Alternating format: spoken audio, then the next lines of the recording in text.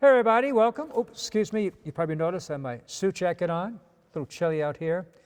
And as we prepare this, it's Wednesday, and before the storm Nicole hits us, so I'm hoping that it won't be too bad. Maybe some wind and rain, but none of us be damaged, and somehow we survive it pretty strongly. And so we're coming up this Sunday. It's called the 33rd Sunday. And the Gospel is from Luke of chapter 21, verse 5 through 19. Let me read that to you, please. While some people were speaking about how the temple was adorned with costly stones and votive offerings, Jesus said, "All that you see here, the days will come when there would not be left a stone upon another stone, and that would not be thrown down." Then they asked him, "Teacher, when will this happen? And what sign will be there when these things are about to happen?" He answered, "See that you not be deceived, for many will come in my name, saying, 'I am he,' and the time has come. Do not follow them. When you hear of wars and insurrections, do not be terrified, for such things must happen first, but it will not immediately be the end." Then he said to them, "Nation will rise against nation, and kingdom against kingdom. There will be powerful earthquakes, famines, and plagues from place to place, and awesome sights and mighty signs will come from the sky. Before all this happens, however, they will seize and persecute you. They will hand you over to the synagogues and to prisons, and they will have you led before kings and governors because of my name. It will lead you to your giving testimony. Remember, you are not to prepare your defense beforehand, for I myself shall give you wisdom in speaking that all your adversaries will be powerless to resist or refute. You will even be handed over by parents, brothers, relatives, and friends, and they will put some of you to death. You will be hated by all because of my name, but not a hair on your head will be destroyed. By your perseverance, you will secure your lives." Not a very cheerful gospel. And we think about, perhaps we may think about the end of the world, and sometimes we're so narrow-minded, parochial, that we seem to judge the world events by what happens here in the United States. And when things get bad here, then we think, oh, this must be the sign. But you look over through history, Europe, the plague and deaths and wars, certainly there'd be signs you would think this must be it. So throughout history, there's been, horrific suffering and earthquakes and war. So nothing new. But somehow we think when it hits us, then we begin taking it seriously. So anyway, this is Jesus' final discourse to his disciples right before his passion. It's known as the Olivet Discourse. Olivet, because it's taken right by on Mount of Olives. So we'll look at this famous account where once he's arrived in Jerusalem, but not yet begun his passion, and his disciples leave the city. They go out to Mount Olives, which is east of the city, and there you can see the temple. And the disciples have all remarked how amazing the temple is. And this leads Jesus to go into this famous discourse. All right? Now, mind you, some of these apostles were sort of country folk and really impressed by the big city. So, whoa. And that is, the temple was the thing, of course. So anyway, the three things we'd like to bring out. They're crossing the valley of Mount Olives. And seeing the temple, the disciples, maybe some kind of country bumpkins, were kind of amazed at the glory of this beautiful place. And so Jesus takes his opportunity from their amazement to say, you see that temple there? Not one stone is going to be left upon another. Wow. So he's saying the temple is going to be destroyed, much like it had been destroyed actually before in 587 BC by the Babylonians. So this won't be the first time. Maybe if you take somebody from the country, and you bring them to New York City 20-something years ago where we still had the Twin Towers. And let's say they were amazed by the beautiful towers. Look how high, look how tall they are. And maybe you say, you know what? One day they'd be destroyed. Ooh. And as it came to pass there, so will come to pass here. And it wasn't just Jesus who said it. Jeremiah, the prophet, said it was going to happen. So they want to know, when will this take place? They talk about famines and tribulations, war and rumors of war. All right? As science said, but these things happen. Don't be alarmed. Don't be afraid, because the end is not yet. And so we've gone through the history of time, all these things that have taken place.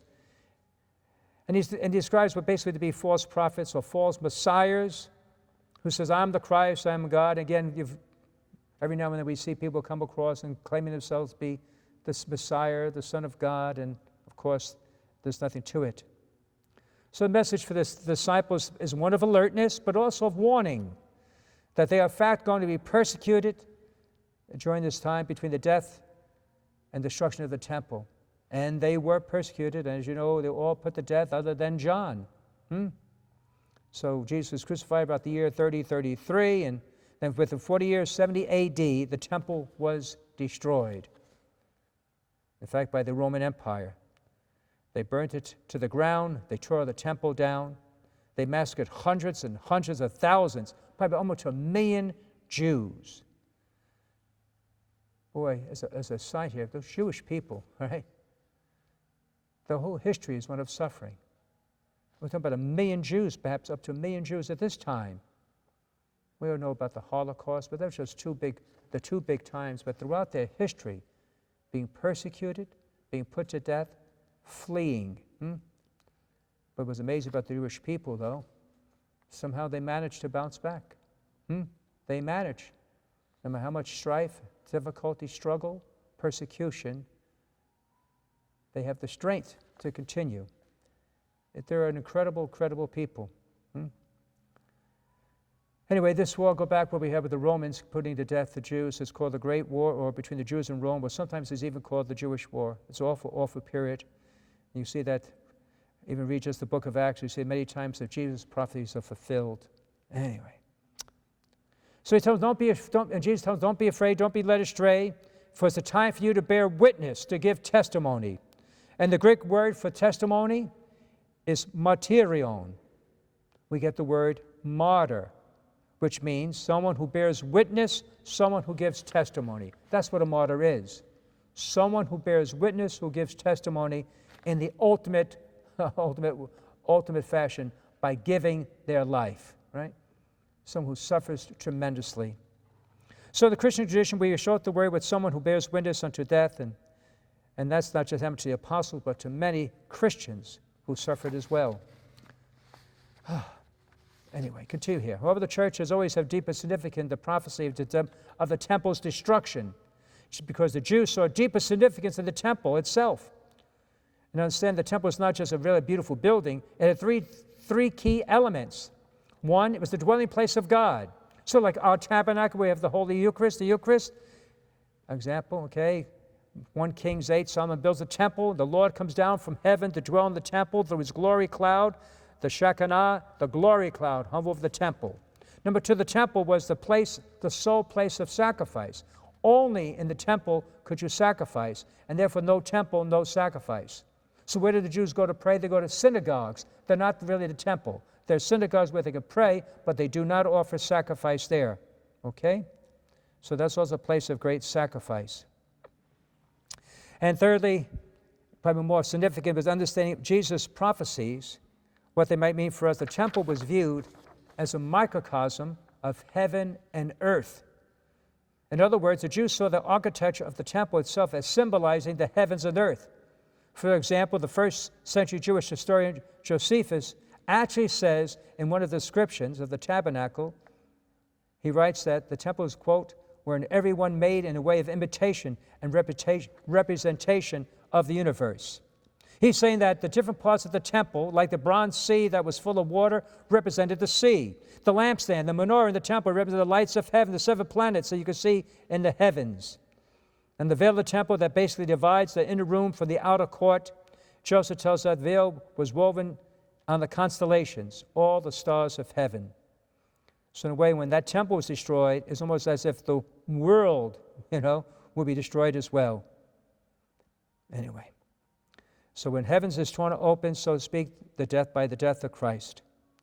So for the Jew, that when the temple was destroyed, there was a real sense in which the destruction of the temple in Jerusalem symbolized and signified the destruction of the whole universe, the destruction of heaven and earth, the dissolution of the entire cosmos, and ultimately then the day of final judgment. That was their idea, the fear of that. So in a rapture and wrapping up this, that we can't go on predicting the end of the world, and there's always been people predicting that. Don't be alarmed. There will be suffering, always be plagues, always be wars, unfortunately. And we have climate change. I know some people jump on that as well. And I guess now with this situation, there is always the threat of nuclear weapon, right? It doesn't take much. It's just one lunatic who may want to go out with a blaze, who may feel that if I'm going to lose the conflict, whatever, then I will take everyone with me. That's the fear. Okay? That is the fear to me. And I think that's real. Maybe now or later, but it's going to happen. Some lunatic who may be feeling himself that he's losing, doesn't want, and the way to save face is, okay, if I'm going down, everyone's going to go down. I'm not a prophet here, but that's what I fear sometimes. So, again, we don't live, though, in fear and worry. We live each day the best that we can. We know how to live. We know that Jesus is with us. He's not going to desert us. And then we know that this is not all there is anyway. We're just passing through. We're just visitors.